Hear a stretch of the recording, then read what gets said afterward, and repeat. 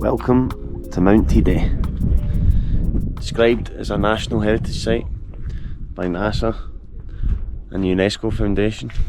It's described as the third highest volcano in the world, as you can see just up here.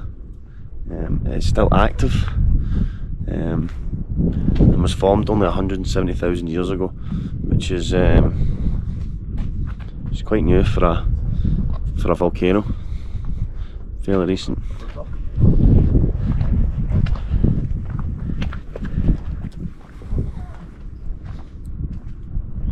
This is the caldera that the mountain was formed in.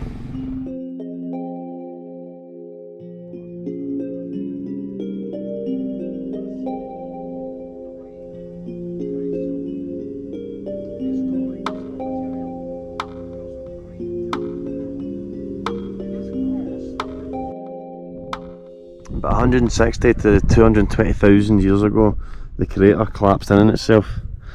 As you can see, it's almost like a big bowl. We've travelled all the way up there, so it's quite a large scale.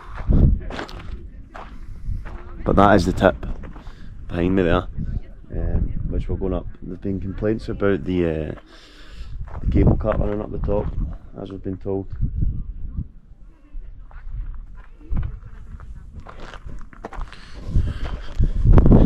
We want to go falling down there. Some people have ventured all the way down, though. We might take a walk down there. In fact, that's exactly what we'll do.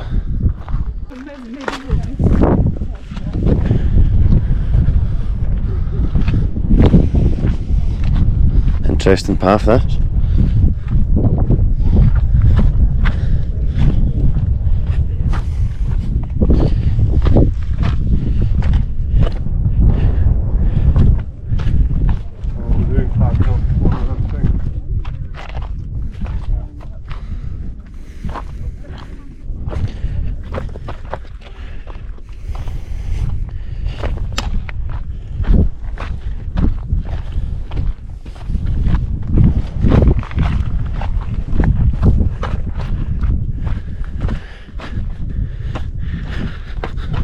So yeah, in terms of volcanoes, 170,000 years.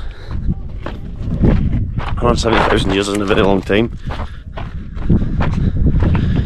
This volcano is still active, so it's not dormant. It lasted up to the 1902, which was just over 100 years ago.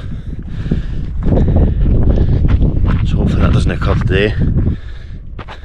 Or else we'll have another Pompeii in our hand, you know.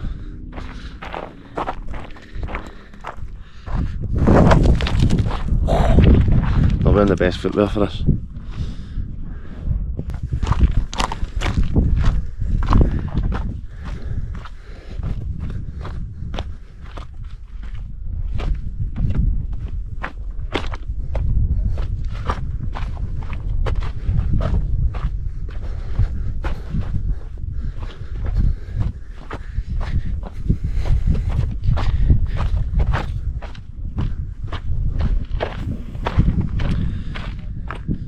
So, this used to be the home of the native people called the Guanches, who lived in these lands for thousands of years until they were invaded and overtaken by the Spanish conquistadors, which now rule the Canary Islands and Tenerife.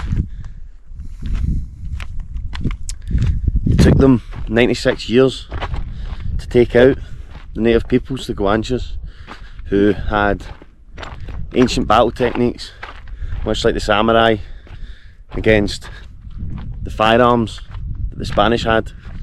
And it took them 96 years for the Spanish to actually take control and fully partition this land as their own,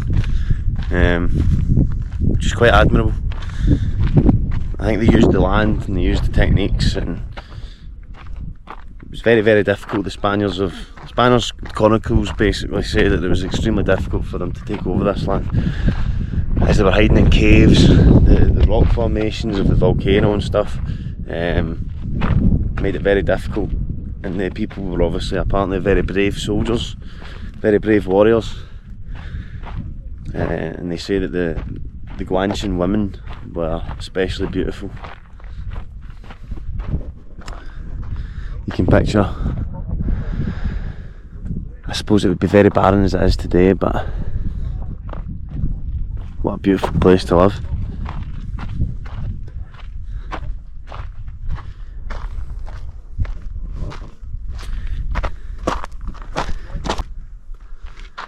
There's lots of streams that have dried up over the years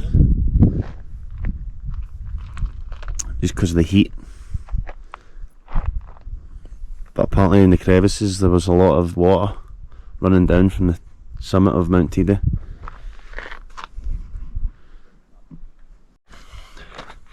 It's obviously a very high altitude up here as well, so I need to catch my breath. But we're on our way back up now. The descent is over, so begins the climb.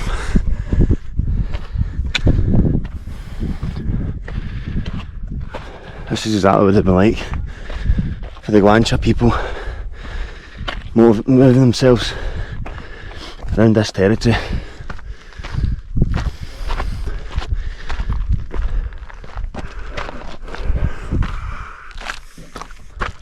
Outstanding. Northern Africa, Sahara Desert, Kalima.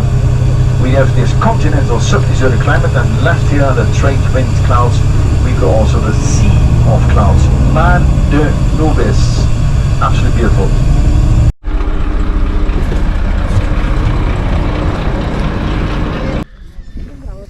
Bit of witness sunset with a wee orange juice. Oh, was it Manadoughton? That's all the English. Let's have a look if I can find mine first. Now, just before the sun sets in this beautiful picturesque area, I want to tell you a little bit about the history about this mountain and volcano. The Guanches believed that there was an evil god inside the volcano called Guayota,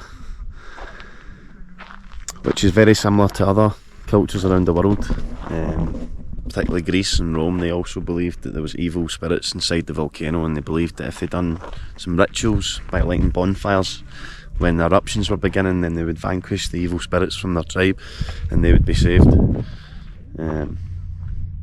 Fascinating.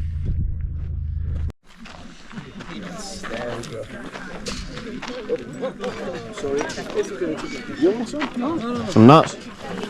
Oh, that's nuts, please, thank you. You go, mate. Is that your big nuts? Yeah, biggest nuts in the area. Looks a bit like a desert. We're off the coast of Africa. Africa's just down there, so about 400-500 miles that way, so it's got an African look to it.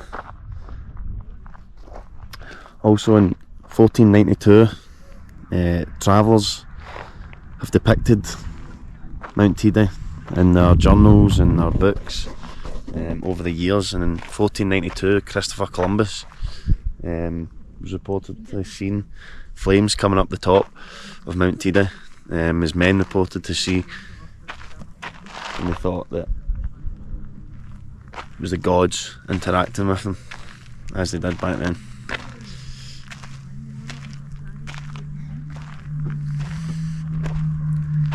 Stunning place to watch the sunset.